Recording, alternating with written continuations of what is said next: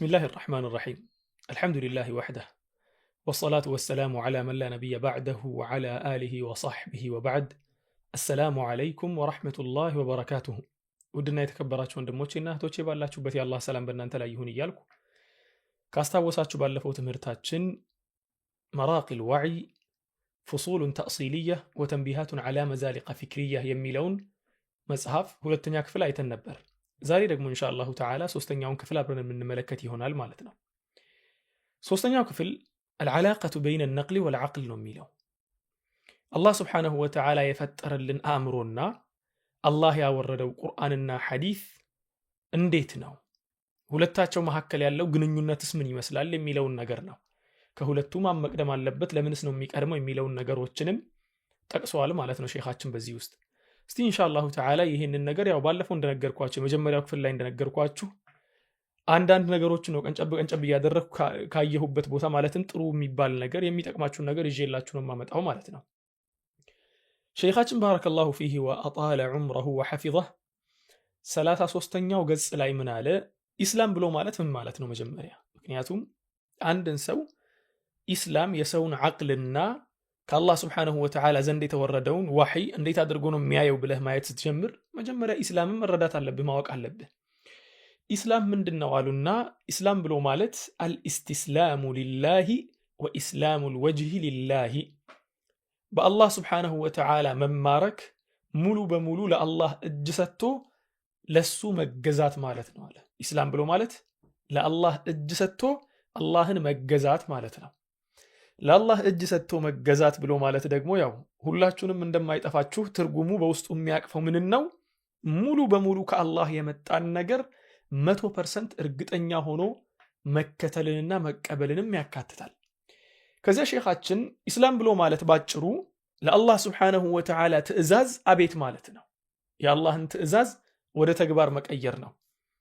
አላህ Subhanahu Wa Ta'ala በቃሉ ምን ይላል? يا أيها الذين آمنوا استجيبوا لله وللرسول إذا دعاكم لما يحييكم إن أنت بالله يأمناتشو سووش هوي مؤمنان هوي استجيبوا لله وللرسول لا الله إنا لملك تنياو أبيت بلو نسو ميازواتشو النقر تكتلو إذا دعاكم ملك تنياو سيطراتشو لما يحييكم يميانو راتشون إن أنت هياو ميادرقاتشو النقر سينقراتشو መታችሁ ዳኑ እንጂ ዝም ብላችሁ የነፍሳችሁን ፍላጎት አትከተሉ ማለት አላህ Subhanahu Wa Ta'ala ያስቀምጥልናል። ስለዚህ የኢማን መገለጫ ብሎ ማለት አላህ Subhanahu Wa Ta'ala ወደ መልእክተኛው የላከውን ነገር ሙሉ በሙሉ መቀበልን ያካትታል ማለት ነው። ኢማን ብሎ ማለት ሁላችንም እንደማይጠፋን ማለት ነው። ኢልቲዛሙል ኪታቢ ወሱናህ ነው። አላህ Subhanahu Wa Ta'ala ያወረደውን ቁርአንና ሐዲስን ሙሉ በሙሉ መከተል ማለት ነው ኢማን ብሎ ማለት። በአላህ ማመን ማለት ራሱ ይሄ ነው።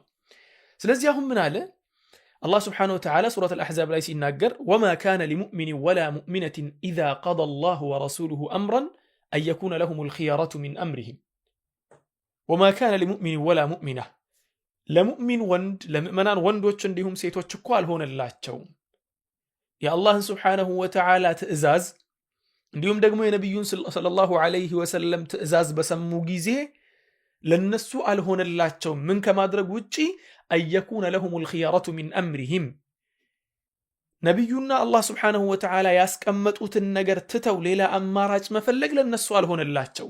ምክንያቱም ነብዩ ከራሳቸው አላመጡምና ነብዩን ለማምለክ አይደለም እሳቸው አይመለኩም ሰለላሁ ዐለይሂ ወሰለም ወላኪን አላህን ለማምለክ ወደ አላህ የሚያደርሰው መንገድ ይዘውልን የመጡት ነብዩ ሰለላሁ ዐለይሂ ወሰለም ስለሆኑ እሳቸው ይዘውት የመጡትን ትክክለኛውን መስመር መከተል አማራጭ የሌለው አንድና አንድ የኢስላም መገለጫ የሙስሊምነትም መገለጫ ነው። ስለዚህ ሙስሊም ሆኜ የፈለኩትን ነገር እቀበላለሁ ያልተመቸኝን ተዋለው የሚባል ነገር የለም። ታምንበታለህ ከከበደህ ከብዶኛል ብለህ እንኳን ሜይቢ ልትተው ትችላለህ ሲባል ፍቃድ አይደለም እንደምትቀጣበትም እያወቅ ወላኪን ይሄማ ግዴታ አይደለም ብለህ የምትክድ ከሆነ ደግሞ በአላህ Subhanahu Wa Ta'ala ሙሉ በሙሉ እንደመካድ ነው። فلما تؤمنون ببعض الكتاب وتكفرون ببعض فما جزاء من يفعل ذلك منكم إلا خزي في الحياة الدنيا يا الله Subhanahu Wa Ta'ala قال አለበት ማለት ነው። የአላህን ከፊሉን ቃል የነብዩን ሰለላሁ ዐለይሂ ወሰለም ከፊሉን ቃል ተቀብሎ ከፊሉን አልቀበልም ማለት ሱቡት ማድረጉን ሙሉ በሙሉ እርግጠኛ ሆኖ ሳለ ከኢስላም ሊያስወጣ የሚችል ነገር ነው ማለት ነው። ከዚያም ምን አለ ሸይኻችን ኢማን ብሎ ማለት በአላህ ማመን ብሎ ማለት በአጠቃላይ يقتضي حاكمية الوحي ነው ያለው خلاص ወህይ ከአላህ ዘንድ የመጣው ራእይ ወደ ነብዩ ሰለላሁ ዐለይሂ ወሰለም የደረሰው ሐኪም ነው خلاص የኔ አዛዥ ነው በወህይ የመጣልኝን ነገር ሙሉ በሙሉ የመከተልና የመቀበል ግዴታ አለብኝ ብሎ ማመን ነው። አላህ Subhanahu Wa Ta'ala ሲናገር እኮ ያ አዩሃ الذين آمنوا لا تقدموا بين يدي الله ورسوله ነው ያለው። እናንተ ምእመናን ሆይ لا تقدموا بين يدي الله ورسوله ከአላህና ከመልእክተኛው አትቅደሙ ወይ ደግሞ የሆነ ነገር አታስቀድሙ አለ። አላህና መልእክተኛው የሆነ ነገር ላይ አንድ ነገር ተናገሩ ማለት ቀውሉን ፈስል ነው خلاص ከዚያ በኋላ ሌላ ነገር መፈለግ ተመችቶኛል አልተመቸኝም እቺ ቦታ የላትም ኢስላም ውስጥ ካመኑ ማመን ነው ማለት ነው ሙሉ በሙሉ። ስለዚህ ይሄን ያለው ነብዩ ሰለላሁ ዐለይሂ ወሰለም ኢስላምን ይዘው ሲመጡ በሐዲስም ይሁን ቁርአን ላይ አላህ Subhanahu Wa Ta'ala ራእይ አድርጎ እሳቸውን የሆነ ነገር ሲያሳውቃቸውና ለኛ ሲነግረን ያንን ነገር የፈለግነውን መርጠን እንድንተውና እንድንከተለው አይደለም ላ ሙሉ በሙሉ እንድንከተለው ነው። ካልቻልን ስላልቻልን እንተው ይሆናል። ማመኑ ግን ግዴታችን ነው ማለት ነው። ስለ ኢማን ጉዳይ ሲነሳና እንዴት እንዲህ ማለት ቻልክ ማለትም የሆነ ነገር ያጎደለ ሰው አላመነም ማለት ይቻላል እንዴ? ነዓም አላህ Subhanahu Wa Ta'ala ቁርአን ላይ እኮ ሲናገር ሱረቱ النساء ላይ فلا وربك لا يؤمنون حتى يحكموك فيما شجر بينهم ثم لا يجدوا في أنفسهم حرجا مما قضيت ويسلموا تسليما በደንብ አርጋችሁ ስሙ ወንድሞቼ فلا وربك በአምላክህ ምልልሃለሁ لا يؤمنون አያምኑም ማላቸው ነብዩ ሰለላሁ ዐለይሂ ወሰለም እነኚህ ምእመናንን የሚሉ ሰዎች በአጠቃላይ ሊያምኑ አይችሉም حتى يحكموك ባንተ እስኪዳኙ ድረስ ቁርአን መዳኛችን ነው። ቁርአን መዳኛችንም ነው። መዳኛችን ብቻ አይደለም የምንድንበት በዱንያም በአኺራም ነጃህ የሚያወጣን ነው። ሰላማችንን የምናገኝበት ኪታብ ነው። ስለዚህ ምን አለ لا يؤمنون በአላህ አላመኑም حتى يحكموك አንተን መዳኛ እስኪያደርጉ ድረስ فيما شجر بينهم በመሃላቸው የተፈጠረን ነገር እንድትዳኝላቸው ካላደረጉ በቀር ያ ማለት ደግሞ حتى يحكموك ብሎ ነብዩን ሲያናግር ነብዩ ተሕኪም ያደረጉበት ነገር በሁለት መንገድ ብቻ ነበር። አንደኛው ከአላህ Subhanahu Wa Ta'ala በለፍዝም በማዕናም የወረደውን ቁርአንን፣ ሁለተኛው ደግሞ ከአላህ Subhanahu Wa Ta'ala በማዕና ደረጃ የወረደውንና ለፍዙ ደግሞ ከነብዩ ሰለላሁ ዐለይሂ ወሰለም ዘንድ የሆነውን ሐዲስን ነው። ስለዚህ የነብዩ ሰለላሁ ዐለይሂ ወሰለም ሐዲስም ከአላህ Subhanahu Wa Ta'ala ዘንድ የመጣ ትእዛዝ ነው። ምክንያቱም ማያንጥቁ ዐኒል ሀዋ ኢን ሁወ ኢላ ወህይ ዩሃ ነው። በወህይ የመጣለትን ነገር እንጂ ከራሳቸው አንዳችም ነገር አይናገሩምና። እንዲሁም ነብዩም ሰለላሁ ዐለይሂ ወሰለም ሐዲሳቸው ላይ ሲናገሩ እኮ ከዚህ ምላሴ እኮ ስህተትና ውሸት አይወጣም ብለው ተናግረዋል ሰለላሁ ዐለይሂ ወሰለም። ስለዚህ ወንድሞችና እህቶች አላህ ነገሩን በአጠቃላይ ቋጭቶታል። አይ ከሐዲስ መካከል እቺ እንትናት ይሄ ከአቅሌ ጋር እንትን አላለም ይሄ ከአቅሌ ጋር እንትን አላለም የሚለው ነገር በኢስላም ውስጥ ቦታም የለው።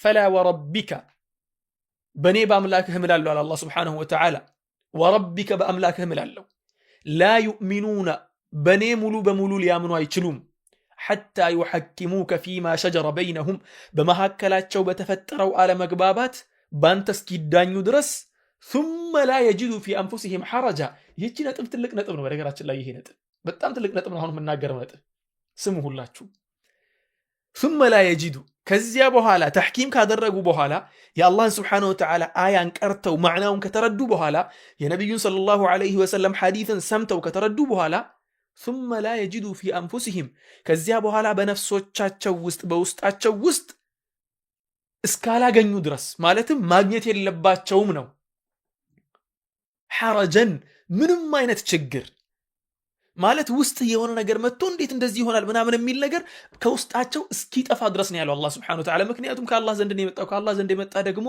የትኛውም ነገር ይበጀናል። እንተህ الامر ويسلموا تسليما እጅ መስጠትን እጅ እስኪሰጡ ድረስ ነው ያለው። የአላህ Subhanahu Wa Ta'ala ቃልን ስንሰማ የነብዩን ሰለላሁ ዐለይሂ ወሰለም ሰሒህ የሆኑትን ንግግሮችን ስንሰማ ከኛ የሚጠበቀው ተስሊም ማድረግ ብቻና ብቻ ነው። እቺ እዚህ ጋር እንትናት መጠየቅ ክፋት የለውም፣ መጨረሻ ላይ መጣበታለሁ። ወላኪን እቺ እዚህ ጋር እንትና ምናምን የለም። ኢስላም ውስጥ መቀበል ነው። ታሴት ስትቀበለው ደግሞ እየተጨናነክ እንትን እያልክ አይደለም። ላ ቢሰድሪ ረሂብ በደስታ ነው የምትቀበለው ከአላህ ዘንድ የመጣ ትእዛዝ ከሆነ ድረስ። ثم لا يجد في انفسهم حرجا مما قضيت ويسلموا تسليما አይከብድም ማለት እኮ አይደለም። አሁን ለምሳሌ አንዳንድ አህካሞች አሉ ለኛ ጉዳት ያለው የሚመስሉንና የሚከብዱ የሚመስሉን፣ ወላኪን ያ ነገር ማአሉ ሙሉ በሙሉ ያለ ምንም ጥርጥር መመለሻው መስለሓ ብቻና ብቻ ነው ከአላህ ዘንድ የሚመጣ ነገር። ከዚያ ሼኻችን ምን አሉ? هذه قضية لا بد أن نذكر أنفسنا بها دوما ሁሌ ራሳችንን ማስታወስ አለብን። ይህችን ነጥብ የአላህ ስብሓነሁ ወተዓላ ቃልን ስንሰማ፣ የነቢዩን ሰለላሁ ዐለይሂ ወሰለም ንግግርን ስንሰማ ስለ አቅል ጉዳይ ማንሳት ሳይሆን ተስሊም ማድረግ ነው። خلاص ተስሊም ካደረግክ በኋላ ነው መጠየቅም ያለብህን ጥያቄ ያልተረዳኸውን ነገር የምትጠይቀው። መጀመሪያ ግን ተስሊም ማድረጉ ራስን ለአላህ ስብሓነሁ ወተዓላ መገዛትና መስጠቱ ግዴታ ነው ማለት ነው። ካልሆነ ግን ዘመኑ ላይ እንትን እንደሆኑ ሰዎች እንደተስፋፉ ሰዎች አሁን ላይ አንዳንድ ሰዎች እየተስፋፉ ነው። ይሄ አያ እንትን ለማለት ፈልጎ ይሄ ሐዲስ ግን እንትን ችግር አለበት ምናምን የሚሉ ሰዎች ማለት ነው። እነዚያ ሰዎች መጀመሪያ ቁርአንን ተስሊም ማድረግ ያለባቸውን ያክል ራሳቸውን ተስሊም አላደረጉም። ለሐዲስም ራሳቸውን ተስሊም ማድረግ ያለባቸውን ያክል ተስሊም አላደረጉም። መጀመሪያም ከኢስላም ጥርጣሬ ካለ ቁጭ ብለህ ዕውቀት ያላቸውን ሰዎች ጠይቅና ጥርጣሬህም ሙሉ በሙሉ ያነሱልሃል። ጥርጣሬህን ካነሱልህ በኋላ ግን ውስጤ ሌላ ነገር ነው እንትን ነው የምትል ከሆነ ያ የመንገዱ መጀመሪያ ነው፣ የማፈንገጡ መንገድ መጀመሪያ ነው የሚሆነው ማለት ነው። ከዚያ ሼኻችን ምን አሉ? አው ተሸከከ ፊ ሐኪሚየቲሃ አንዳንዱ ሰው የቁርአንን ሐኪሚያ በቁርአን መዳኘት እንዳለብን ቁርአንን የህይወታችን መመሪያ ማድረግ እንዳለብን ሁላ የሚያጠራጥሩና ጥያቄ ሁላ ማስነሳት የሚፈልጉ ሰዎች አሉ። ይሄ ደግሞ የሚከሰተው بتزاحم بعفن الأذهان من دعوة تقديم العقل على النقل عقلاتنا متقم عقلاتن የሁሉም ነገር ሚዛን መደረግ አለበት የሚለውን ነገር በመከተል ነው እዚህ ነገር ውስጥ የወደቁት የሚለውን ነገር ያነሳሉ። በነገራችን ላይ ብዙ ነገር ነው የጠቀሱት ሼኻችን። በምንም ተአምር ነው እዚህ ጋር ቁጭ ብዬ የምናገረው ነገር እሳቸው የተናገሩትን ነገር ሙሉ በሙሉ ቁጭ ማድረግ አይችልም። በጣም ብዙ ነገር ነው የተናገሩት። እያለፍኩ አመጣዋለሁ። ምክንያቱም ረጅም ፓርት ነው ዛሬ የምንወስደው። ላሳጥረው በተቻለኝ አቅም ማለት ነው። ምን አለ? አንዳንድ ሰው አለ ሱብሃንአላህ የሆነን ነገር የአላህን ሱብሃነሁ ወተዓላ ትእዛዝን ለመቀበል የነብዩን ሰለላሁ ዐለይሂ ወሰለም ትእዛዝን ለመቀበል ለምንድን ነው የተደረገው የሚለው ነገር ሁሉንም አህካም በምክንያት ማወቅ ይፈልጋል አለ። ማወቅ አትችልም በምክንያት። ምክንያቱም አንተ ዓሊም አይደለህም። ማወቅ ትፈልጋለህ ሁሉን ነገር ተውና ወደ ዒልሙ ግባ። እንደዚያ ከሆነ ቁጭ ብለህ ስለ አላህ ሱብሃነሁ ወተዓላ ስትማር፣ ስለ ነብዩ ሰለላሁ ዐለይሂ ወሰለም ቁጭ ብለህ ስትማር ለምን እንደተደረገ ትረዳለህ። አለበለዚያ ግን ለራስህ ምንም ዕውቀት የለህም ስለ ዲኑ ሮጥ እያልክ ስራህን እየሰራህ ምን እያልክ በትርፍ ሰዓትህ እየመጣ ተሽኪክ ራስ ውስጥ የምትፈጥር ከሆነ ያ ነገር ትክክለኛውን መንገድ ሊያፈላልግህ ሳይሆን ከመንገዱ ሊያስትህ እንደሆነ ተረዳ ማለት ነው። አላህ ሱብሓነሁ ወተዓላ ምን ይላል መሰላችሁ? ሱብሓነላህ ወኢዛ ቂለ ለሁም እነዚያ ሰዎች እኮ ሲባሉ ሲነገራቸው ተዓለው ኢላ ማ አንዘለ አላሁ ወኢላ ረሱል አላህ ወደ መልእክተኛው ወዳወረደው ነገር ኑና እስቲ ስሙ፣ ያን ነገር ተግብሩ ተብለው ወኢላ ረሱሊ ወደ መልእክተኛው ኑና እስቲ እሳቸው የሚሉትን ነገር ሰምታችሁ ተግብሩ ተብለው ሲጠየቁና ሲጠሩ ረአይተል ሙናፊቂና መናፍቃንን ሙናፊቆችን ትመለከታቸዋለህ የሱዱነ ዐንከ ሱዱዳ ዘወር ማለትን ዘወር ይላሉ አለ። خلاص አይሰሙህም፣ ጀርባቸውን ነው የሚሰጡ፣ አይፈልጉትም ያንን ነገር። ለምን ሲባል የአላህን ሱብሓነሁ ወተዓላ ቃልን እንዳይተገብሩ ነፍስያቸው ትከራከራቸዋለች፣ ሸይጣን ይከራከራቸዋል። አሁን ላይ ደግሞ የሰው ሸይጣን በጣም በዝቷል። በስመ ኢስላም የኢስላምን ስም እየተናገረ ሐዲትን ለመካድ የሚዳዳው ሰው አለ። ወልዒያዙ ቢላህ አላህ ይጠብቀን ሁላችንንም። ስለዚህ ወንድሞችና እህቶች ሁላችንም ከስሩ አስምረን ይሄን ነገር አሁን እንዲህ ስናገር አብዛኛው ሰው ምን ይላል? ማስረጃ እኮ እንትን እኮ ማስረዳት ስላልቻሉ ነው። አንድም እስከዛሬ ድረስ ነው እስከማስታውሰው አንድም እስከዛሬ ድረስ አንድ ወንድም ደግሞ አንዲት እህት መታ ጠይቃኝ ስለሆነ ሒክማ ጠይቀውኝ ያንን ሒክማ ያልመለስኩበትን አላውቅም። ዕውቀቴ ግን በጣም ትንሽ ናት። ወላሂ አላህ ምስክሬ ነው። ዕውቀቴ በጣም ትንሽ ነው። ሆኖም ግን አብዛኛውን ነገር ሒክማውን ነግራቸዋለሁ። የሚጠይቁኝ ነገር አብዛኛው ሒክማ አለው። ሒክማው በግልጽ የተቀመጠ ነገር ነው። ሐታ በሰው አቅል ራሱ ምን ደርስበት ነገር ነው አብዛኛው። ሰዎች ኢስቲሽካል አድርገው የሚያነሱት። ምክንያቱም ነጥቦችን አነሳላችኋለሁ መጨረሻ ላይ ሼኻችን የሚያነሱት ነጥቦች አሉ። ግን ማለት ነው ይሄ ነገር ማለት እኔ አሁን የሆነ ሕክማዎችን አውቃለሁ የግድ ሁሉንም ሕክማ ማወቅ አለብኝ ማለት ነው? አውቃለሁ እያልኩ ነው? ላ ሕክማቸውን ማላቃቸው ነገሮች አሉ። ግን አላህ ሱብሓነሁ ወተዓላ ያንን ነገር ዋጅብ እስካደረገብኝ ድረስ ነብዩ በሐዲስ እስከነገሩኝ ድረስ አላህ ሱብሓነሁ ወተዓላ በቁርአን እስከነገረኝ ድረስ ኢንተሃል አምር ኒቃሽ አይቀርብም። እዚያ ጋር خلاص ውይይት ራሱ አያስፈልግም። የአላህና የመልእክተኛው ትእዛዝ ከሆነ አለቀ ጉዳዩ። መተግበር ብቻ ነው ከኔ የሚጠበቀው። የቻልኩትን ያክል ተገብራለሁ፣ ካልቻልኩም ደግሞ ጌታዬ ሆይ ባለመተግበሬ ይቅር በለኝ እያልኩ ተውበት አደርጋለሁ እንጂ ይሄ ነገር እኮ የሚለው ነገር አይመጣም። ምክንያቱ ሲባል ሙስሊም ነኝ፣ የሙስሊምነት ግዴታዬ ደግሞ የአላህና የመልእክተኛውን ትእዛዝ መከተል ስለሆነ ስለዚህ መጠየቅ ይቻላል። ስትጠይቁ ግን እንዴት አድርጋችሁ ነው የምትጠይቁት የሚለው ነገር መጨረሻ ላይ ይመጣል እንትኑ መስፈርቱ ማለት ነው። إن العلاقة بين العقل والنقل علاقة تعاضد لا تناقض 34ኛው ገጽ ላይ ስለ አቅልና ስለ ቁርአንና ሐዲስ ስናነሳ ቁርአንና ሐዲስና አቅል የሚባለው ነገር እነሱ መሃል ያለው ግንኙነት የመደጋገፍ ግንኙነት እንጂ የመጣላት የመቃረን ግንኙነት አይደለም። አንዳንድ መጽሐፎች ውስጥ አእምሮህ ውስጥ የማይገቡ ነገሮች ተጽፈው ታገኛቸዋለህ። የሆነ የማይቻል ነገር የማይታሰብ ነገር ሙሉ በሙሉ ስህተት መሆኑን እርግጠኛ የሆንክበት ነገር ታገኛለህ። ቁርአን ውስጥና ሐዲስ ውስጥ ግን አንድ ስህተት የሆነ ከዓቅል ጋር የማይሄድ አንዳች ነገር ልታወጣ አትችልም። ሹብሃ ለምን ሲባል ቁርአንን የላከው አምላክ ነው፣ የኛን ዓቅል የፈጠረው ማለት ነው። ለዓቅላችን የሚበጀውን የሚመቸውን የሚሆነውን ነው አላህ Subhanahu Wa Ta'ala የሚልከው። ስለዚህ አሁን ይሄን ያለው يستحيل أن يتعارض الوحي والعقل أو أن يتناقض تعارض مجاجت اليام دغمو تقاراني مهون አይችሉም። عقلنا يا الله سبحانه وتعالى قال النبي صلى الله عليه وسلم ንግግር አበደን ተቃራኒ ሊሆኑ አይችሉም። አበደን ሊጋጩም አይችሉም።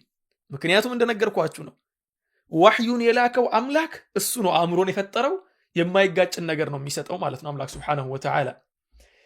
ስለዚህ በደንብ አድርጋችሁ ስሙ አለ።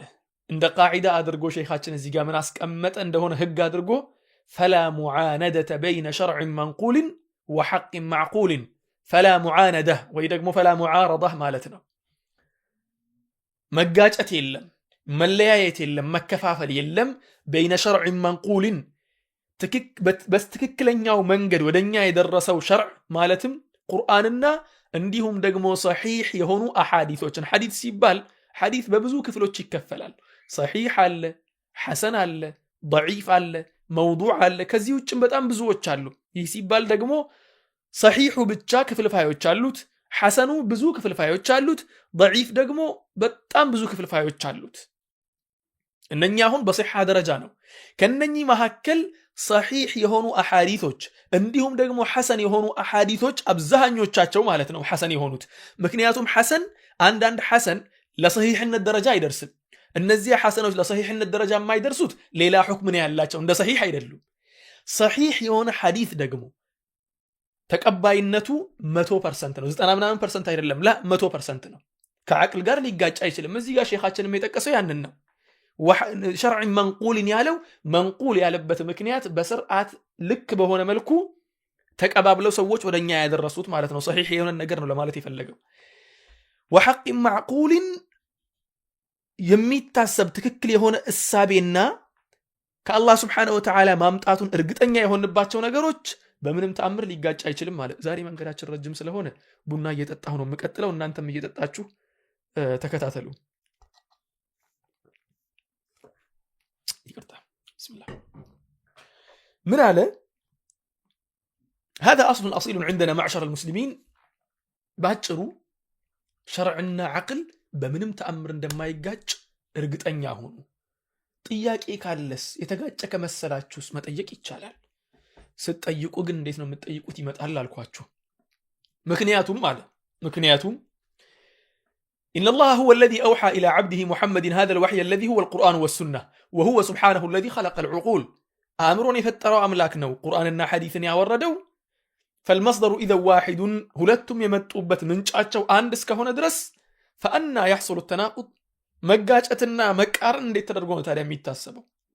ከአንድ ቦታ የመጣ ነገር እንዴት ተደርጎ ነው የሚቃረነው? ከአላህ ዘንድ የመጣ ሆኖ ማለት ነው። ያኔ ያለው ማለት ነው። ግን አለ መቃረንና መጋጨት ሊፈጠር የሚችለው በሁለት መንገድ ነው። እነዚያ ሁለቱ መንገድ أن تكون عقولا فاسدة ያን ነገር የሚቀበለው ያን ነገር የሚያመጣው አእምሮ የተበከለ አእምሮ ከሆነ ለምሳሌ ያክል አሁን ወንድና ወንድ ይጋባ ብለው የሚናገሩ ሰዎች ለነሱ ያ ነገር ትክክል ነው 100% ትክክል ነው። አይጋባ የሚል ሰው የሚከለክል ሰው ችግር አለበት እንዲሁ የሆነ ፎቢያ አለበት ብለው ነው የሚያስቡት የሆነ ፍርሃት። ግን እኮ ችግር ያለባቸው እነሱ ነበሩ። ተግባባን? ያ ብቻ አይደለም በጣም ብዙ ነጥቦች አሉ። ይህ ነጥብ እንትን ነው ብለው ነው የሚያስቡት እነሱ ዕቁሉን ፋሲዳ ከሆነ የተበከለ አእምሮ ከሆነ በመበከሉ ምክንያት ትክክል ያልሆነ ነገር ትክክል አድርጎ ያስባል፣ ትክክል የሆነ ነገር ደግሞ ስህተት አድርጎ ያስባል ማለት ነው። ወይ ደግሞ የሚያመጡት ነቅል የሚያደርጉት ነገር ትክክል ያልሆነ ሐዲስ ይሆናል። ضعيف የሆነ موضوع የሆኑ አሐዲሶችን እንደ ማስረጃ አድርገው ሊያቀርቡ ይችላሉ።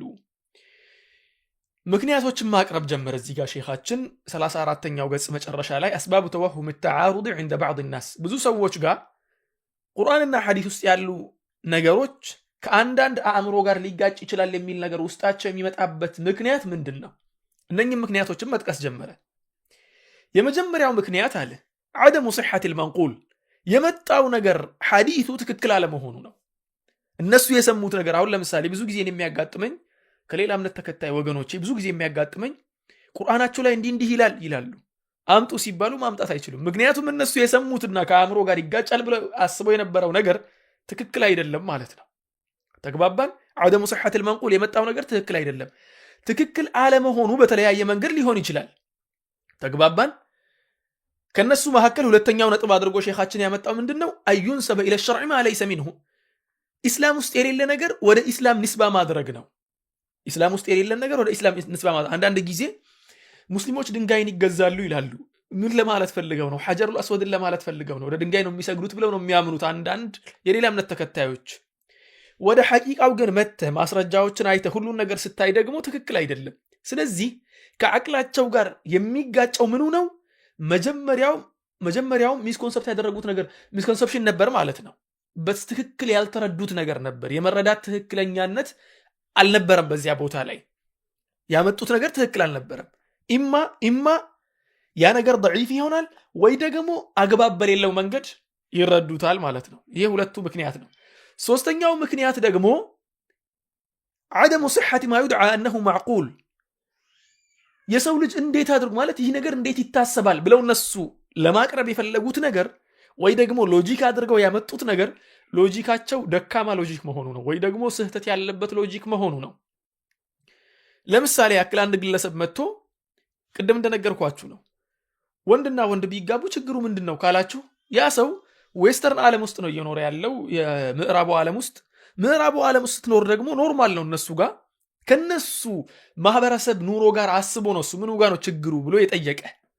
ወላኪን ወደ ሐቂቃው ስትመለስ ወደ ጽንሰ ሐሳቡ ስትመለስ ከስር መሰረቱ ጀምሮ ስህተት ነው ጉዳዩ። ለምን? የተፈጠረ አካል የተፈጠረለት ምክንያት አለው። ብዙ ነገሮች አሉ፣ ብዙ እንትኖች አሉ ማለት ነው። ስለዚህ አሁን ይህ ግለሰብ ለሱ ያ ነገር ትክክል ነበር፣ ወላኪን ጉዳዩ ሐቂቃው ትክክል አይደለም ማለት ነው። ተግባባን? ስለዚህ ሶስተኛው ነጥብ ምንድነው? ይህ ነገር ሎጂክ ነው ብለው ያመጡት ነገር ሎጂኩ ውድቅ ሎጂክ መሆኑ ነው አለ። አራተኛውና ከባዱ ነጥብ ደግሞ ምንድነው አለ? عدم التفريق بين المحال عقلا والبعيد وقوعا عدم التفريق መለየት አለመቻል ነው። ይሄን ነገር የሚያመጡ ሰዎች መለየት አልቻሉም ማለት بين المحال عقلا والبعيد وقوعا የማይቻል ነገር በምንም ተአምር ሊከሰት የማይችልን ነገርና ተግባባን እንዲሁም ደግሞ ለመከሰት በጣም ሩቅ የሆነ ነገር እኛ ይከሰታል ብለን ልንገምት የማንችለው በጣም ሩቅ የሆነ ነገር ለምሳሌ ያክል ክብ የሆነ አራት ማዕዘን ብትባሉ ልታስቡት ትችላላችሁ? ተግባባን?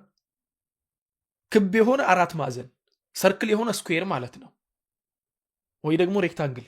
ሰርክል የሆነ ሬክታንግል ከተባላችሁ አንድ ነገር ኢማ ሬክታንግል ነው ኢማ ሰርክል ነው። ከሁለቱ አንድ መሆን አለበት በምንም ተአምር። አት ዘ ሴም ታይም ሰርክልም ሬክታንግልም ሊሆን አይችልም።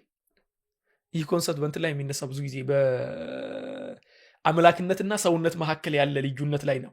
አንድ ግለሰብ በምንም ተአምር የሆነ ጊዜ ላይ በተመሳሳይ ሰዓት ላይ አምላክም ሰውም ሊሆን አይችልም።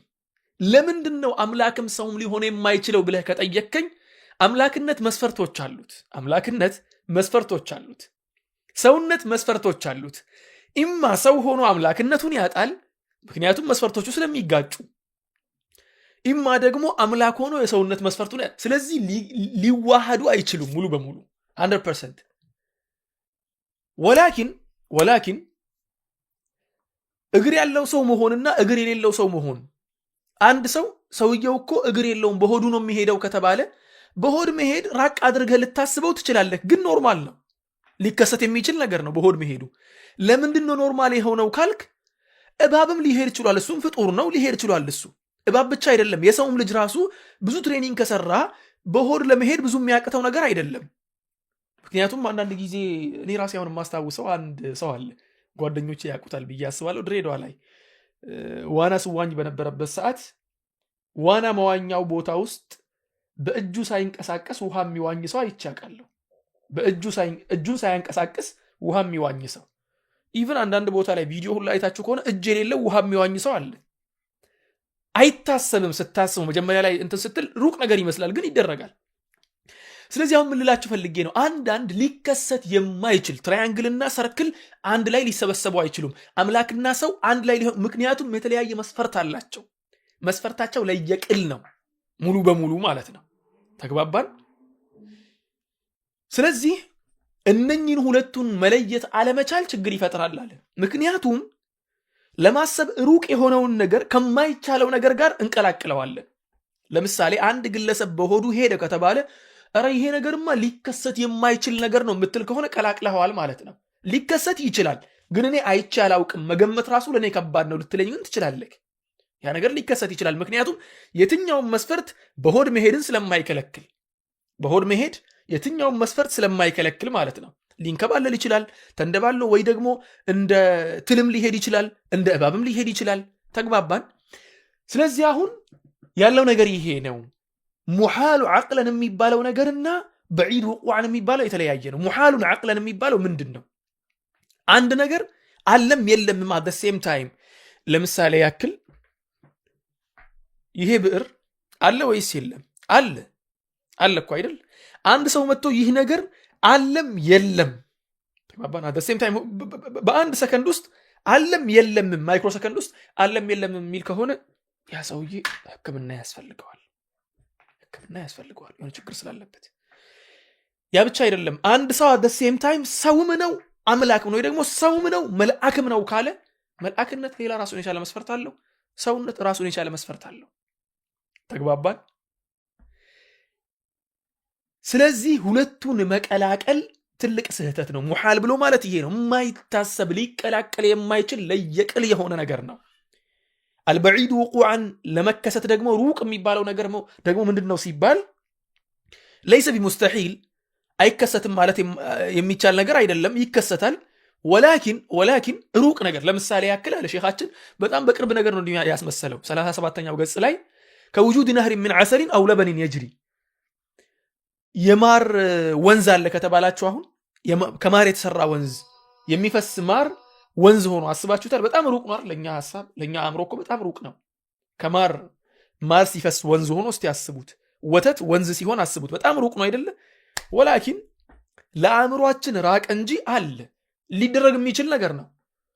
የሆነ በጣም ሀብታም የሆነ ሰው ማድረግ ከቻለና 3 4 5 ዓመት የተሰበሰበን ማር ዓለማችን ላይ ያለው ማር በአጠቃላይ ሰብሰብ አድርገን ጨምቀን እኮ ብለቀው ወንዝ ሊሆን ይችላል እኮ፣ ሌላው ነገር ይቅርና ማለት ነው።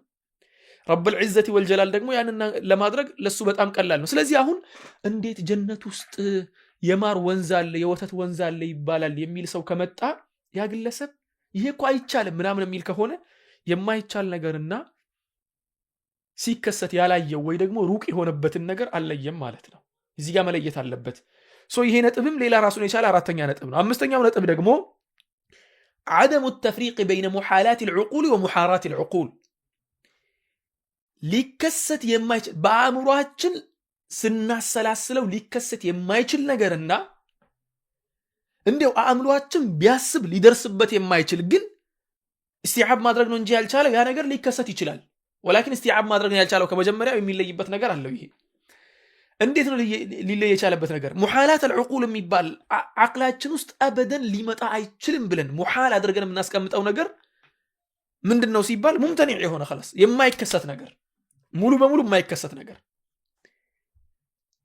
ለምሳሌ ያክል ቅድም እንደነገርኳችሁ ነው ሙሐላት العقول ማለት አለም የለም የሚለው ነገር ሙሐል ነው خلاص የለም አበደን ሊከሰትም አይችልም አቅላችን ዘንድም ሙሐል ነው ይሄ ولكن محارات العقول አቅላችን ላይ ሙሐይር ሊሆን የሚችል ነገር ልንደርስበት የማንችል ነገር የተነገረህ ምንነቱ ግን ያልተነገረህ ነገር ምሳሌ የሌለው ነገር ለምሳሌ ያክል ስለ አላህ ሲፋ Subhanahu Wa Ta'ala ስለ አላህ Subhanahu Wa Ta'ala ሲፋ ካነሳን አላህ ወሊላሂ الاسماء الحسنى فادعوه بها ነብያችን ሰለላሁ ዐለይሂ ወሰለም እንዳሉ አላህ Subhanahu Wa Ta'ala እንዳለው ነብያችንም ሰለላሁ ዐለይሂ ወሰለም ኢነ ሊላሂ 99 እስመን ብለው እንደተናገሩት ሁላ ለአላህ ብዙ ስሞች አሉት 99 ስሞች አሉት ብለዋል ሰለላሁ ዐለይሂ ወሰለም የአላህ ብዙ ስሞች አሉ እነኚህ ስሞች ደግሞ ሲፋንም ያዘሉ ናቸው ብዙዎቹ እነኚህ ሲፋዎችን እናውቃለን ወይስ አናውቅም እናውቃለንም አናውቅምም እንዴት ነው የምናውቀው ሲባል የተነገረንን ያክል ብቻና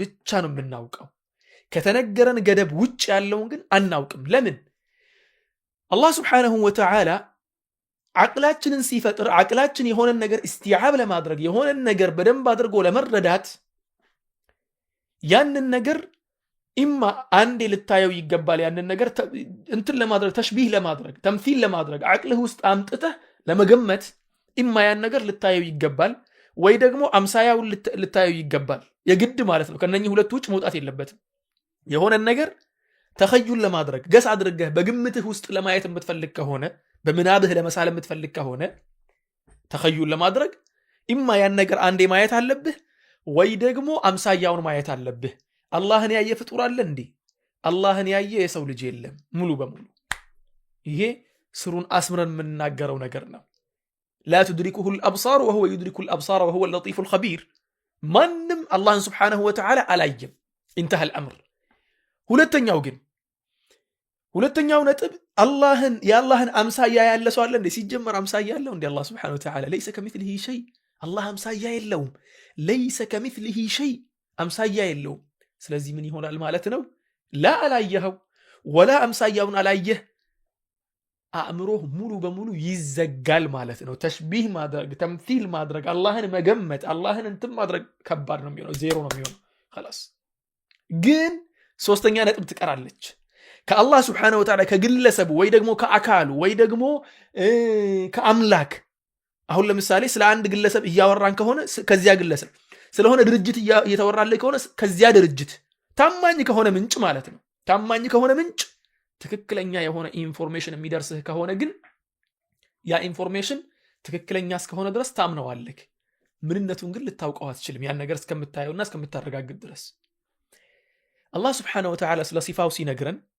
ከሲፋው አንዳንድ ነገሮችን ነግሮናል ያ የነገረንን ነገር ከአላህ ዘንድ እስከመጣ ድረስ ከአላህ በላይ ማንንም አላህን ሊያውቅ አይችልም ከአላህ በላይ አላህ የነገረንን ሙሉ በሙሉ እንቀበላለን እናምናለንም እንዴት አድርገን ነው የምናምነው ስናምን አላህ Subhanahu Wa Ta'ala ይሄ ነገር አለኝ አይደለ ነዓም አለው አላህ Subhanahu Wa Ta'ala ምን አይነት ነው እኔ ምን አውቃለሁ ሲጀመር ምን አገባኝ ምን አይነት እንደሆነ አይነቱ አልተነገረኝም ቁርአን ላይ አልተገለጸም ሐዲስ ላይ አልተገለጸም አለ እንደተባለ ብቻ ነው ማቀው እንዳላውቃለሁ ግን ምን አይነት እንደሆነ ግን አላውቅም ምክንያቱም የለም ካልኩኝ እሱም መካድ እኮ ነው አለኝ ያለውን የለህም እያልኩት ነው ያስዋሻሁት ነው ማለት ነው አለኝ ካለ ግን አለው ولكن ተምሲል አላደርግም ምክንያቱ ሲባል ሙሐራት العقول ነው ያ ነገር ግን ሁኔታ አለው እንዴ ሁኔታ አለው አላህ ነው የሚያውቀው ሁኔታውን አላህ ጀለ ጀላሉሁ እሱ ብቻ ነው የሚያውቀው ሁኔታውን እኔ በማላውቀው ሁኔታ ውስጥ ገብቼ ሁኔታውን መፈትፈት የምጀምር ከሆነ ተጅሲም ማድረግ የምጀምር ከሆነ ተጅሲም ሲባል ደግሞ ተስዊር አድርጌ ተሽቢህ ማድረግ ከሆነ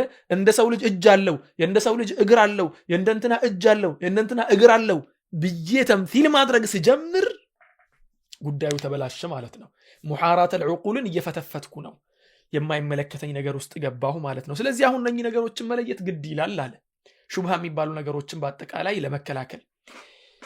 ከዚያ በኋላ በዚሁ ነጥብ ስር ሼኻችን ምን አሉ? ማ يعلم العقل بطلانه وامتناعه وهذا لا يأتي في الشريعة أبدا።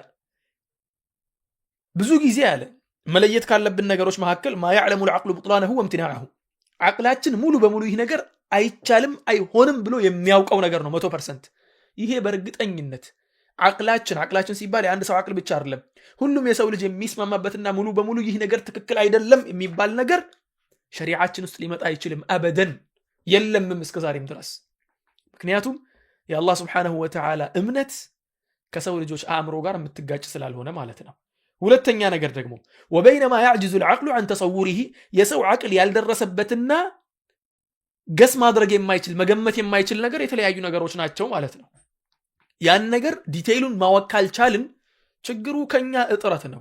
የኛ መሳሪያ ያን ነገር ለማወቅ አላደረሰንም። የኛ ዕውቀት የኛ ችሎታ እዚያ ጋር አላደረሰንም። خلاص መቆም ነው። የምናቀውን ነገር ብቻ ተናግረን መቆም ነው ማለት ነው። ከዚያ ውጭ ድንበር አለማለፍ ነው ማለት ነው ያለብን ነገር።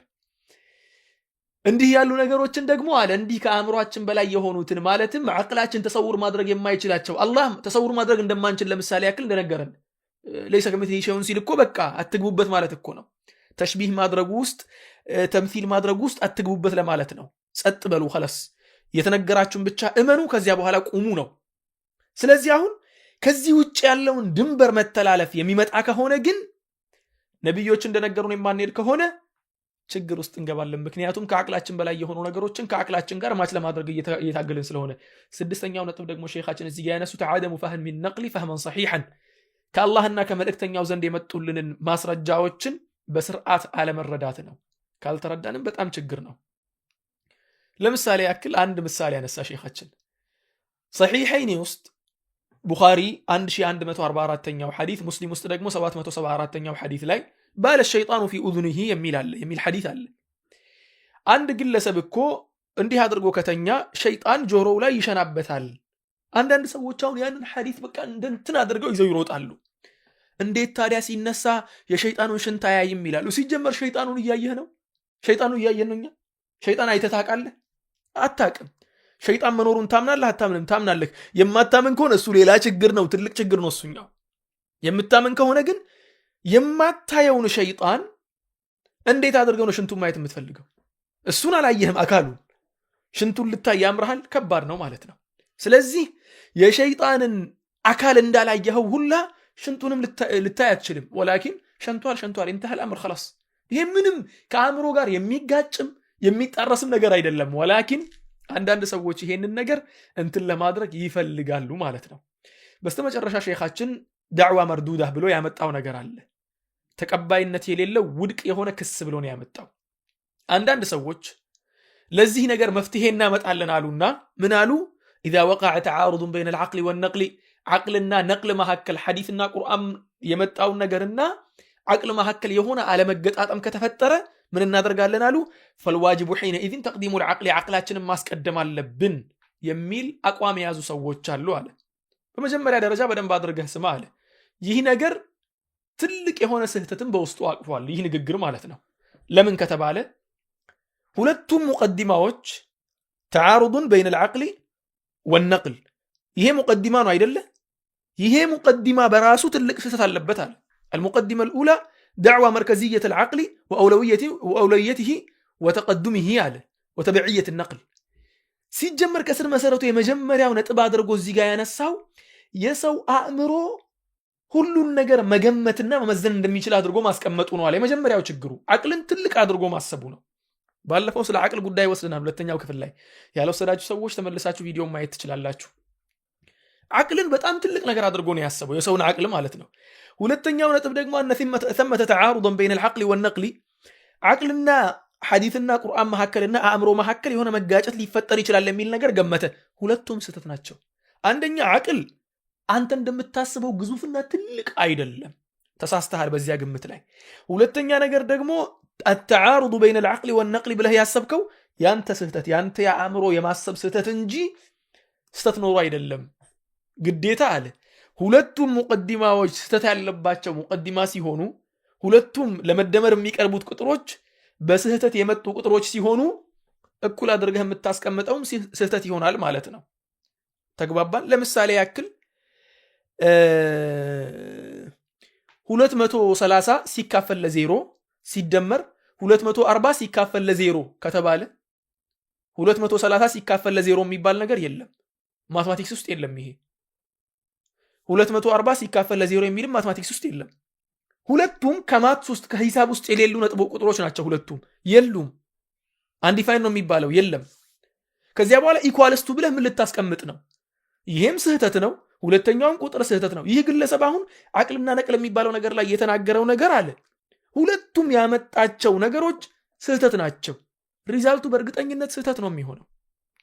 ከዚያም በስተመጨረሻ ضرورة تقديم العقل على النقل ጠባብ የሆነችዋን አእምሮ ሰፊ የሆነውን የሰውን ልጅ ከፈጠረው አምላክ ዘንድ የመጣውን ነቅል ተከታይ ለማድረግ ፈለጋለ خلاص። ምክንያቱም ሁለቱም እንትኖች ስህተት ስለሆኑ وقد أخطأوا في المقدمتين فكانت النتيجة حتما خاطئة.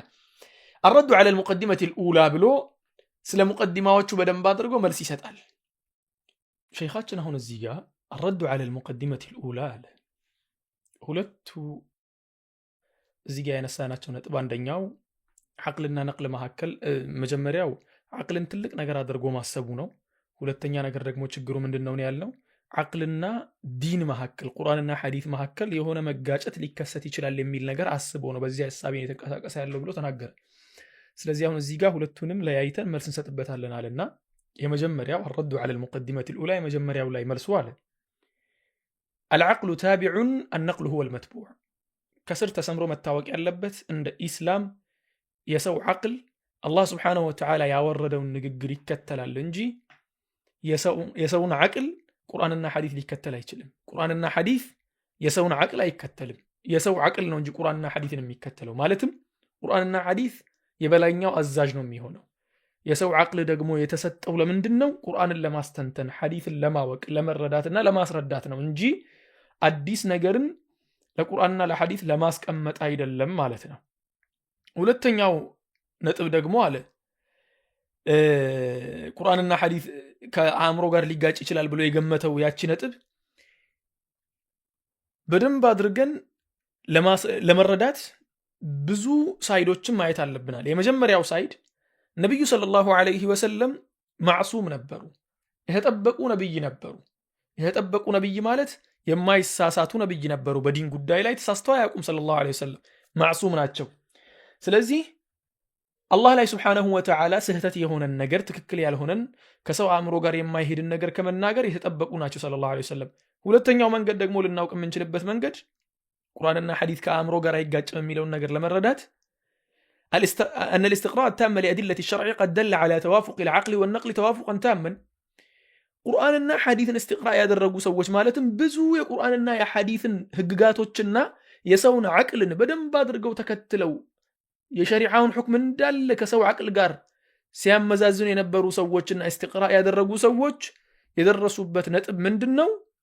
توافق العقل والنقل የሰው አቅልና አላህ Subhanahu Wa Ta'ala የላከው መልእክት የሚደጋገፍ እንጂ የሚጋጭና የሚጣላ የሚቃረን አይደለም ማለት ነው። ያ ነገር በደንብ ተደርጎ ስለታየ ነው አለ። ለዚያም እኮ ነው ብዙ ጊዜ አይታችሁ ከሆነ ሹብሃ ሊሆን የማይችል ነገር ነው አንዳንድ የሌላ እምነት ተከታይ ወገኖቻችን ይዘው የሚመጡት ሹብሃ ነው ብለው ሹብሃ ሊሆን የማይችል እንዲያው ትክክለኛ አቅል ላለው ሰው የሚያስቅ ነገር ነው። ልክ ዳቦ ለምን ይበላል ለምን አይጠጣም እንደማለት ነው አንዳንድ ጥያቄዎች ማለት ነው። ስለዚህ አሁን ምን ለማለት ነው? ዑለሞችም استقراء አድርገው ያገኙት ነገር የደረሱበት ነገር ይሄ ነው አለ። ሶስተኛው ነጥብ ደግሞ በደንብ አድርገህ አቅልና ነቅል አይጋጭም የሚለው ነገር የምትረዳበት መንገድ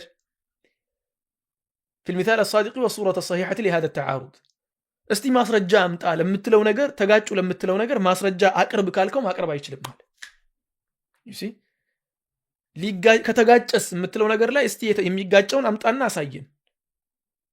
ከሐዲሶች መካከል صحيح የሆነን ሐዲስ ከአቅል ጋር የሚጋጭን ሐዲስ እስቲ አምጣና አሳየን። انتهى الامر። ወይ አእምሮ ችግር አለበት ወይ ደግሞ ሐዲሱ ትክክል አይደለም ነው ጉዳዩ። انتهى الامر። አራተኛው ደግሞ ምንድነው? ان اكمل الناس عقولا بعد الانبياء عليهم الصلاه والسلام هم الصحابه። ከሰዎች መካከል እኮ በጣም በላጭ ማህበረሰብ የሚባለው ነገሮችን በማሰብ በማስተንተን በመገመት ላይታች አውርዶ በማየት መጠየፍ እንኳን ከመጣ ለመጠየፍ እናንተን ለማለትም ቀረብ የሚሉት ሰሃቦች ነበሩ በላጩ ማህበረሰብ የሚባሉት ማለት ነው እነሱ እንዴት አድርገው ይሄን ነገር አላስተዋሉትም እንዴት አድርገው አላዩትም ይሄንን ነገር አንተ ዛሬ መተህ ከአእምሮ ጋር ማች አላደረገም የምትለው ነገር እንዴት አድርገው ነው ያላዩት እነሱ ያላዩበት ምክንያት ለምንድነው አንደኛ አቅላቸው ሙተዚን ነበር ትክክለኛ የሆነ አእምሮ የነበራቸው ሰዎች ነበሩ ምክንያቱም በብዙ ነገር አቅላቸው አልተበረዘም እኛ አሁን በመንሰማው ነገር በመናየው ነገር አቅላችን ተበርዟል የምታየው የምትሰማው ነገር አቅልህ ውስጥ የሚያስገባው ነገር አለ እና ያ ነገር ውስጣችንን ባይበርዘው ኖሮ ነገሩ ትክክል ነበር ለማለት ነው وأما النتيجة وهي زعم تقديم العقل على النقل በስተመጨረሻም አለ እነኚህን ይህን ነገር የሚከተሉ ሰዎች ولم يقع في نفوسهم قط معارضة بين العقول والنقل وهذه آثارهم بين أيدينا شاهدة وأما النتيجة وهي زعم تقديم العقل على النقل በስተመጨረሻ ደግሞ እንደ ሪዛልት አድርገን ሁለቱን ነጥብ ስናገናኘው ምን አገኘን መጀመሪያ አቅልን የዋሂ አዛዥ አድርገው ወሰዱ እነኚህ ሰዎች ሁለተኛ ላይ ደግሞ ምን አደረጉ ብዙ አሁን ሐዲስን የሚክዱ ሰዎችን ብትመለከቱ ሐዲስን መካድ የሚፈልጉ ሰዎች ሲጀመር አካዳሚክ ላይ በደንብ ያልተማሩ አብዛኞቹ በአካዳሚክ መልኩ ነገሮችን ለማየት የሚፈልጉትም ማለት ነው በስርዓት ያልተማሩ ወደ ዲን ጉዳይ ስትመጣ ደግሞ ያልቀሩ ምንም ነገሩን ያልተረዱ መተው ለመረዳትም ዝግጁ ያልሆኑ በቃ ራሳቸውን ከፍ አድርገው ነው የሚያስቡት አያውቁም ግን ላይ አድርገው ራሳቸውን የሚያስቡት እንደዚህ ያሉ ሰዎች ናቸው ትዕቢት ውስጣቸው ወጥሮታል መጠየቅም አይፈልጉም ቢጠይቁ እኮ አንድ ሰው አንድ ኖርማል ዳዕዋ ላይ የሚሰራ ሰው ቢጠየቅ የሚመልሰው ጥያቄ ነበር ወላኪን በስተመጨረሻ ወደ መካድ ነው የሄዱት ማለት ነው ያን ነገር ከመጠየቅና ከመረዳት ይሄ ነገር አለ ይሄን ነገር ማለት فهي نتيجة باطلة عقلاتنا كنقل ማስቀደም አለብን የሚለውን ነጥብ ይዞ መንቀሳቀስ እንዲሁም የዋህይና አቅል ሊጋጭ ይችላል ብሎ መገመት نتيجة باطلة بنيت على مقدمتين فاسدتين ትክክል ያልሆኑ ሁለት ድምሮች ያመጡት ስህተት የሆነ ውጤት ነው አለ ትክክል ያልሆኑ ሁለት ድምሮች የሚሰጡት ውጤት በእርግጠኝነት ትክክል አይሆንም በእርግጠኝነት ማለት ነው وإذا فسدت المقدمة فسدت النتيجة كما هو معلوم ያለምንም ጥርጥር ድምሩ ስህተት የሚሆን ከሆነ የመጨረሻው ውጤት ደግሞ ሊስተካከል አይችልም ስለዚህ አሁን አለ እነኚህ ነጥቦችን ላስቀምጥላችሁና በደንብ አድርጋችሁ ስሙ አለ አጠቃላይ እንደ ሙስሊም ማንንም ሰው ይሄን ነገር ይስማ الأمر الأول የመጀመሪያው ነጥብ الإسلام كما تقدم حقيقته هو الاستسلام للوحي ኢስላም ብሎ ማለት ወንድሞችና እህቶች አሁን ሸይኹ እየቋጩ ነው ያሉት ንግግሩን በአጠቃላይ እየጨረሱ እንትን ይያሉ ነው ያሉት ማለት ነው ድምዳሜ ላይ እየደረሱ ነው ያሉት ኢስላም ብሎ ማለት በስተመጨረሻ ጨምቀን ስናመጣው الاستسلام للوحي ለወህይ ከአላህ Subhanahu Wa Ta'ala ዘንድ የመጣውን ራእይ ሙሉ በሙሉ እጅ መስጠት ነው ስለዚህ አለ وإلا فلا معنى له ባይሆንማ ኖሮ ኢስላም ውስጥ ማንንም እየተነሳ ከአእምሮዬ ጋር ማች አላደረገም እያለ እንደፈለገ ማድረግ ቢችልማ ኖሮ ኢስላም የሚባለው ነገር ራሱ ሚዛን ባልነበረው ነበር ከሌሎች ሃይማኖቶች አንፃር እኮ ኢስላም በጣም ብዙ ሰዎች የሚደነቁበት የኢስላም ምንነት አንደኛው ምንድነው 1400 ዓመታት የተቀየረ ነገር የለው ከነዋዚሎች ጋር የሚሄድ አህካሞች አሉት መሪን ነው ከነዋዚሎች ጋር ይሄዳል አዲስ የሚከሰቱ ነገሮች ጋር አህካሞቹ አብዴት እየተደረጉ ይሄዳሉ ወላኪን ኡሱሉ ጋር ስትመጣ መነሻው ጋር ስትመጣ እዚያው ቦታው ላይ ነው 1400 ዓመት ለምን ሲባል ከአላህ Subhanahu Wa Ta'ala ዘንድ ስለወረደና ከአቅል ጋር ምንም ችግር ስለሌለበት ማለት ነው ስለዚህ ምንድነው መጥቼ የፈለኩትን እየቀማ እንደ ቡፌ ምግብ የፈለኩትን እያነሳው የፈለኩትን እየተውኩ እንትን ላለው ራመዳለው የምትል ከሆነ አንተ እየተከተልክ ያለኸው ኢስላምን አይደለም ነፍስህን ነው እየተገዛህ ያለኸው أفرأيت من اتبع إلهه هواه وأضله الله على علم الله سبحانه وتعالى እንዳለው ፍላጎትህን እየተከተልክ እንጂ አላህንና መልእክተኛውን እየተከተልክ እንዳልሆነ በዚሁ አጋጣሚ እወቅ ማለት ነው ሁለተኛው ነጥብ ላይ ሼኻችን ያነሱት كيف يقدم غير المعصوم على المعصوم እንዲው በሎጂክ እንኳን ስንመጣ ቁርአንና ሐዲስ ከአላህ Subhanahu Wa Ta'ala ዘንድ መላኩን ታምንበታለህ አላምንበትም ቃል ካለቀሱ خلاص ከሱ ጋር ነው ጉዳዩ ማለት ነው ወላኪን ከአላህ ዘንድ መላኩን ሙሉ በሙሉ የምታምን ከሆነ ማዕሱም መሆኑን ከአላህ ዘንድ የተጠበቀ መጠበቅ ከአላህ ዘንድ የተደረገለት መሆኑን የምታምንበት ከሆነ كيف يقدم غير المعصوم على المعصوم معصوم የሆነ بالله سبحانه وتعالى يميتطبق ነገር معصوم ካልሆነ ነገር ጋር እንዴት ተደርጎ ነው የሚወዳደረው? የአላህ ጥበቃ ቃል ያልተገባለት ነገር ጋር እንዴት ነው የሚወዳደረው? አላህ ስብሓነሁ ወተዓላ ቁርአን ላይ ሲናገር እኮ ወአንዘልና ኢለይከ ዚክረ ሊቱበይነ ሊናሲ ማ ኑዚለ ኢለይሂም ወለዓለሁም የተቁን አለ። ወአንዘልና ኢለይከ ዚክረ የሚለው የትኛውንም ተፋሲሮችን ሄዳችሁ ማየት ትችላላችሁ። ወአንዘልና ኢለይከ ዚክረ የሚለው ቁርአንን ቲብያን ለማድረግ ሐዲትን አወረድንብህ ነው። ኢና ነሕኑ ነዘልና ዚክረ ወኢና ለሁ ለሓፊዙን ቁርአን ላይ አለ። እኛ እኮ ዚክርን ወደ አንተ አወረድን። ቁርአን ማለት የአላህ ስብሓነሁ ወተዓላ ለፍዝና ማዕናው የተወረደ ቃሉ ነው። ሐዲት ማለት ደግሞ ከአላህ ዘንድ ማዕናው የተወረደ ወላኪን ለፍዙ ከነቢዩ ሰለላሁ ዐለይሂ ወሰለም ዘንድ የሆነ የአላህ ስብሓነሁ ወተዓላ የተላከ ራእይ ማለት ነው። ያ ነው። ስለዚህ ቁርአንና ሐዲትን እንትን ማድረግ የሚፈልጉ መለያየት የሚፈልጉ ሰዎችም እዚህ ጋር ነው መተው የሚጋጩት ማለት ነው። ማዕሱም የሆነን ነገር ማዕሱም ካልሆነ ነገር ጋር ማወዳደር ይፈልጋሉ። ይህ ሐዲስ ከአቅሌ ጋር አልሄደም፣ አቅልህን አውጣና ጣለው፣ አይጠቅምህም። ምክንያቱም ከአቅሌ ጋር አልሄደም ብለህ እየተናገርክ ያለው የአላህ ቃልና የመልእክተኛው ቃል ስለሆነ አቅልህ ጠቃሚ አቅል አይደለም ማለት ነው። ወይ ደግሞ ቁጭ ብለህ ከሰዎች ተማር፣ ያን ነገር በስርዓት ቁጭ ብለህ ተረዳ። አይካልክ ደግሞ አቅልህ ራሱ ህክምና ያስፈልገዋል። انتهى الامر الثالث ሶስተኛው ነጥብ ደግሞ ምንድነው? عقل من هذا الذي سنجعله حاكما ومقدما። እሺ አቅል ያልተቀበለውም ይሄኛውን ሐዲስ ልክ ይሄኛውን ሐዲስ ያንተ አቅል እንዳልተቀበለው ሁላ ያንተ አቅል የሚቀበለውን ሌላ ሐዲስ ደግሞ ሌላ ሰው አይቀበለውም አቅሉ። ምክንያቱም የሰው አቅል ይለያያል፣ የሰው አቅል ይለያያል። ያንተ አቅል አልተቀበለውም ይሄኛውን ሐዲስ አይደለ? نعم እንደተናገረው ነው። ደግሞ ባለፈው እኮ ስለ አቅል ጉዳይ አንስተን ተናግረናል። አቅል ማለት ሰራውንዲንግ ያለው ነገር የምታድግበት አስተዳደግህ ራሱ የሚወስነው የምትኖርበት ማህበረሰብ የሚያንጸው አይነት እንትን ነው፣ ፍጡር ነው አቅል ብሎ ማለት ነው። ስለዚህ አሁን አንተ በብዙ ነገሮች ተከበህ ስላደግ ዌስተርኑ ዓለም ውስጥ ስላደግ ወይ ደግሞ የሆነ ዓለም ውስጥ ስላደግ ወይ ደግሞ በሆኑ ሰዎች ስለተከበብክ የሆነ ነገር ስህተት አድርገህ ታስባለህ። ስለዚህ ያንተን አቅል ነው ወይስ የእከሌን አቅል ነው የምንከተለው? ታዲያ ያንተ አቅል ስላልተመቸው ይሄኛውን ሐዲስ ከጣልን፣ የእከሌ አቅል ስላልተመቸው ያኛውን ሐዲስ ከጣልን፣ የእከሌ አቅል ደግሞ ስላልተመቸው ያኛውን ሐዲስ ከጣልን ሐዲስ አይደለም ቁርአን ራሱ ሊቀርልን ነው። ምክንያቱም ከቁርአን መካከል አንዳንድ አያዎች ቢወጣላቸው ደስ የሚላቸው ሰዎች አሉ። ለምሳሌ ያክል አርራህማኑ ዐለል ዐርሽ ኢስተዋ የሚለውን አያ ኢስቲዋእን ነፍይ የሚያደርጉ ሰዎች ቁርአኑን ማጥፋት አቅቷቸው እንጂ ቢያጠፉ ደስታቸው ነበር። እሱም አሁን ከአቅል ጋር አይሄድም። አምላክ እኮ አምላክ እንዴት ተደርጎ ነው ከአርሽ ጋር ምናምን ተደርጎ? ኧረ ይሄማ ከአምላክ ጋር አይሄድም፣ አጥፉት። ካጠፋው አንዱ እኮ ብሎ ነበር፣ አንዱ አዋቂያቸው ወይ ደግሞ ዓሊማቸው ብሎ ነበር፣ ተናግሮ ነበር በዚህ ጉዳይ ላይ። ስለዚህ አሁን ምን ልላችሁ ፈልጌ ነው፣ የማ አቅልን ነው ታዲያ የምንከተለው? የኤን ነው የምንከተለው? የቢን ነው? የሲን ነው? የማንን ነው የምንከተለው? ምክንያቱም የሰዎች አእምሮ ሙሉ በሙሉ ይለያያል። አእምሮ አንድ ቤት ውስጥ 5 ሰው የሚቀመጥ ከሆነ 5ቱም ሰው በምንም ተአምር አንድ ነገር እየበላ አንድ ነገር እየጠጣ በአንድ ቤት ውስጥ እየኖረ አንድ አይነት ትምህርት እንኳ ቢማር የሚያስቡት ነገር 100% ሊገጣጠም አይችልም። በምንም ተአምር አይደንቲካል ትዊንስ እንኳ ቢሆኑ፣ ተመሳሳይ መንትያ እንኳ ቢሆኑ አበደን ሊገጣጠም አይችልም አቅላቸው። የማንን አቅል ነው ታዲያ የምንከተለው?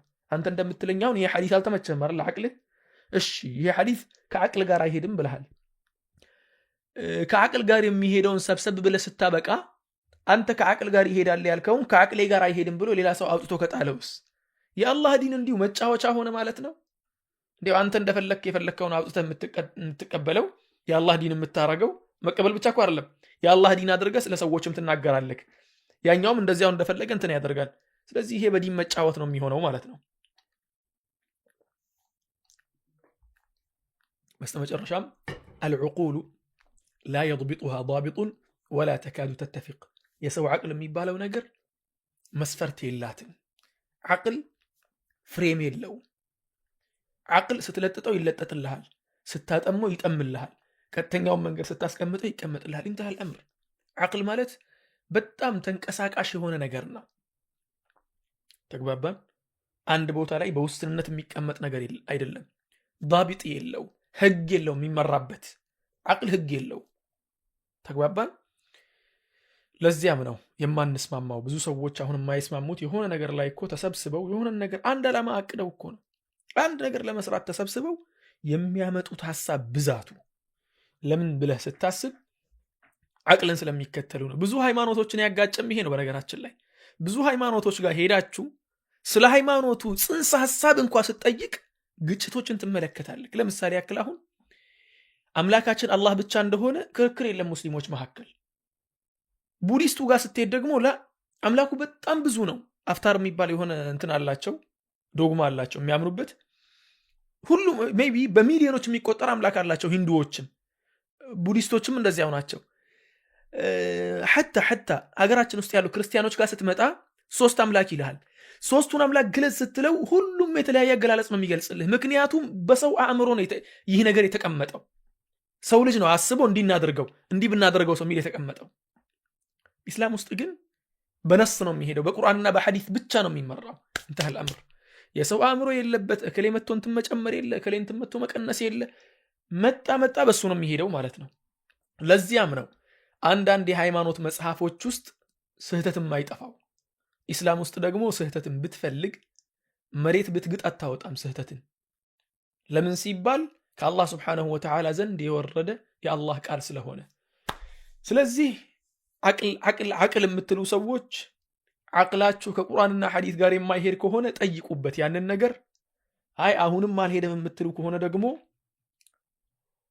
ዞር አድርጉልን ለማለት ያክል ነው المنهج الصحيح عند وقوع شيء من التعارض في نفس الإنسان بين العقل والنقل በስተመጨረሻም ይሄ ነጥብ ላይ ደረስን እንደው አንድ ሰው ይህ ነገር ከሰው እሳቤ ጋር ከሰው አስተሳሰብ ጋር ሊሄድ አይችልም ብሎ የሆነ ነገር ከገመተ ቁርአንና ሐዲስ ላይ ያየን ነገር የሆነ ሹብሃ ከተፈጠረበት የሆነ ሰው ነግሮት የሆነ ችግር ከተፈጠረበት ምን ማድረግ ነው ያለበት ምን ያድርግ ምክንያቱም ብዙ ሰዎች አሁን ሹብሃ ሲሰሙ ሹብሃ ይፈጠርባቸዋል ሰው ናቸውና የመጀመሪያው ነጥብ መጀመሪያ ማድረግ ያለብህ ነገር ሙስሊም ወንድሜና እህቶቼ ስሙ ايتيقن المسلم انه لا تعارض بين العقل والنقل الله سبحانه وتعالى ያወረደው ጥርት ያለው ወህይና ያ አላህ Subhanahu Wa Ta'ala አላህ ያወረደው ራእይና አላህ የፈጠረው አቅል ሊጋጭ አይችልም የሚልን ነገር 100% ማመን አለበት መጀመሪያ መነሻችን እቺ ትሆናለች ማለት ነው አይጠይቅ አይደለም የጥያቄው እንትንም ይመጣል መንገድም ይመጣል ወላኪን መጀመሪያ 100% ማመን ያለበት አቅልና ነቅል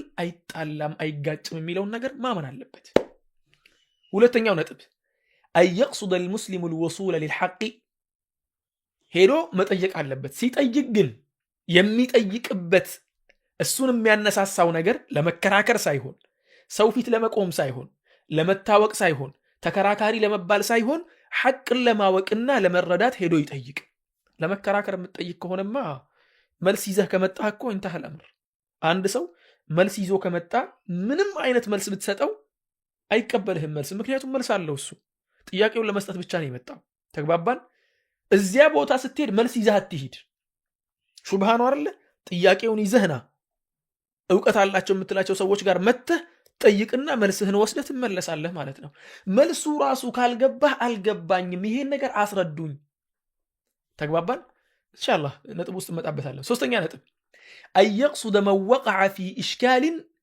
الى عالم او جهه علميه موثوقه ጥያቄ ሲያቀርብ ደግሞ የማንም ወሬኛ ጋር ሄዶ መጠየቅ አይደለም እከሌኮ ሙስሊም ነው ብሎ ሙስሊም ስለሆነ ብቻ ከኔ በላይ ቁርአን ያውቃል ብሎ ያመነውን ሰው ቁርአን ስላወቀ ብቻ ቁርአን መቅራትን ለፍዝም ብቻ ስላወቀ ሄዶ እሱ ጋር መሄድ አይደለም ላ የሚጠየቀውን ነጥብ በደንብ አድርጎ በትኖ የሚያውቅ ሰው ዕውቀቱ ያለው ሰው የተማረው የተረዳው ሰው መሆን አለበት ሄዶ የሚጠይቀው የጠየቀው ግለሰብ ግን በዚያ ነገር ላይ ዕውቀት ከሌለውስ ላ ፈሰሉ አህለ الذክር ነው ዕውቀት ያላቸው ሰዎች አሉ ዕልማቸው ከፍ ያሉ ሰዎች አሉ እነሱ ጋር ትሄድና እነሱን ጠይቃለክ እነሱ ጋር ሄደን እንጠይቃለን እናረጋግጣለን ውስጣችን የተፈጠረውን ችግር እነሱ ጋር ሄደን መፍትሄ እናገኝበታለን አራተኛውና ትልቁ ነጥብ ደግሞ وطن نفسك على تقديم الوحي على العقل በምንም አይነት ሁኔታ ላይ ብትሆን አቅልና ነቅል የሚባል ነገር ሊያወዳድሩ የሚመጡ ሰዎች ከመጡ በእርግጠኝነት የአላህ Subhanahu Wa Ta'ala ቃልን የነብዩን ሰለላሁ ዐለይሂ ወሰለም ቃል ታስቀድማለክ እነሱንም ቢሆን የሚያስተምራቸው ሰው አምጥተህ ማስተማር ነው። አንማርም ካሉ ደግሞ ለቀሃቸው መሄድ ነው። ምክንያቱም እነሱ ጥመትን መርጠዋልና ማለት ነው። አላህ ስብሓነሁ ወተዓላ ቁርአን ላይ ሲናገር ወተቢዑ ማ ኡንዚለ ኢለይኩም ሚን ረቢኩም ወላ ተተቢዑ ሚን ዱኒሂ አውሊያ ወተቢዑ ማ ኡንዚለ ኢለይኩም ሚን ረቢኩም ከጌታችሁ ከአላህ ስብሓነሁ ወተዓላ ዘንድ የወረደላችሁን ነገር ተከተሉ። ወላ ተተቢዑ ሚን ዱኒሂ አውሊያ ከዚያ ውጭ ደግሞ ወዳጆችን አትከተሉ፣ ማለትም ወዳጅ አድርጋችሁ የማይሆን ሰዎችን ይዛችሁ አትከተሉ ብሎ ነገርን።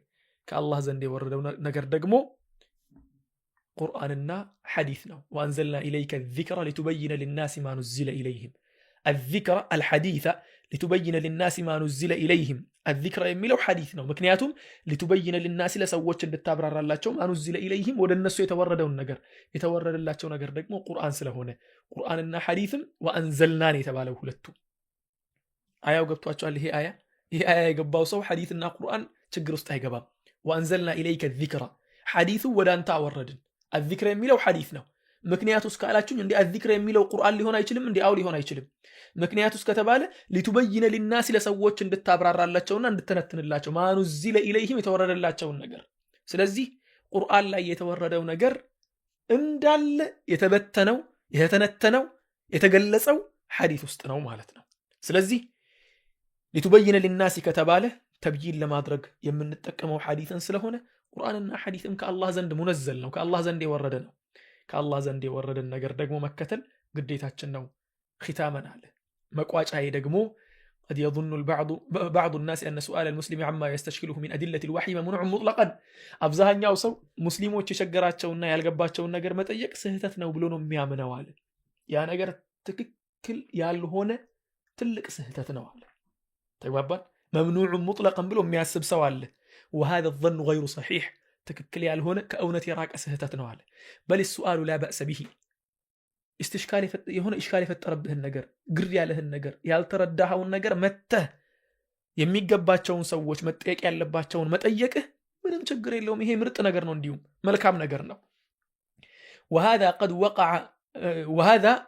قد وقع شيء قليل منه للصحابة حتى صحابዎች ራሱ እኮ ይሄ ነገር ደርሶባቸው ነበር አለ። ولم ينكر عليهم النبي صلى الله عليه وسلم ኢንካር አደረጉባቸው። አትጠይቁ ምናምን ብለው አልተቆጧቸውም። ላ ነብዩ ሰለላሁ ዐለይሂ ወሰለም ገለጹላቸው። ለምሳሌ ያክል አሁን የሆነ ነጥብ አለ በጣም ብዙ ጊዜ ሱብሃንአላህ ነብዩ ሰለላሁ ዐለይሂ ወሰለም ያን ሐዲስ የመለሱበት ነገር ገራሚ ነው። ሰሃቦች ነብዩ ጋር መጥተው አንቱ የአላህ መልእክተኛ كيف يحشر الكافر على وجهه يوم القيامة ካፊር ነገ አላህ ፊት ሲቀሰቀስ ከሃዲዎች በፊታቸው ላይ እየሄዱ ነው የሚቀሰቀሱት ነው የሚለው ሐዲሱ ቁርአኑ ويحشرون على وجوههم عميا وبكما وصما ይላል። በፊታቸው ይቀሰቀሳሉ ይላልና ونحشرهم يوم القيامة على وجوههم عميا وبكما وصما ነው የሚለው።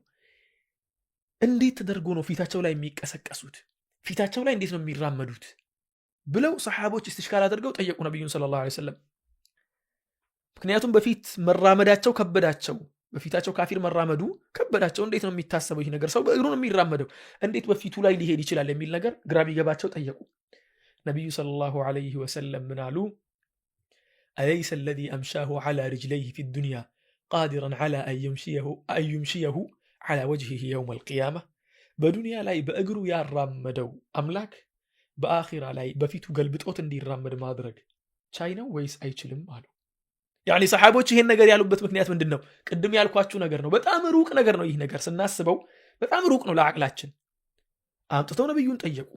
ነብዩ ደግሞ እንዲያው በዱንያ ላይ በእግር ያስኬደው በአኺራ ደግሞ በፊቱ ቢያስኬደው አይቻለውም እንዴ አሉ። ከዚያ ሰሃቦቹ ይቻለዋል ብለው መለሱላቸው። ይሄው ነው ያለው ነገር። ማንንም ሰው ኢስቲሽካል የፈጠረበትን ነገር መጠየቅ ይችላል። ግን ማለት ነው ነብዩ ሰለላሁ ዐለይሂ ወሰለም ይሄንን ነገር ሲጠየቁም የተጠየቁበት መንገድ የመከራከር መንገድ አይደለም፣ ላ የመረዳት መንገድ ነው። ለመረዳት ነው የጠየቁት። ነብዩም ደግሞ ቀለል አድርገው መለሱላቸው ማለት ነው። ስለዚህ እነኚህ አይነት ጥያቄዎችን ማንሳት የሚፈልግ ሰው ማሟላት ያለባቸው ትላልቅ 3 መስፈርቶች አሉ አለ ሼኻችን። የመጀመሪያው መስፈርቱ አየኩነ ቀስዱ السائل الوصول الى الحق ወደ ሐቅ መድረስና እውነትን ለማወቅ ብቻ መጠየቅ አለበት፣ ለመከራከር ሳይሆን።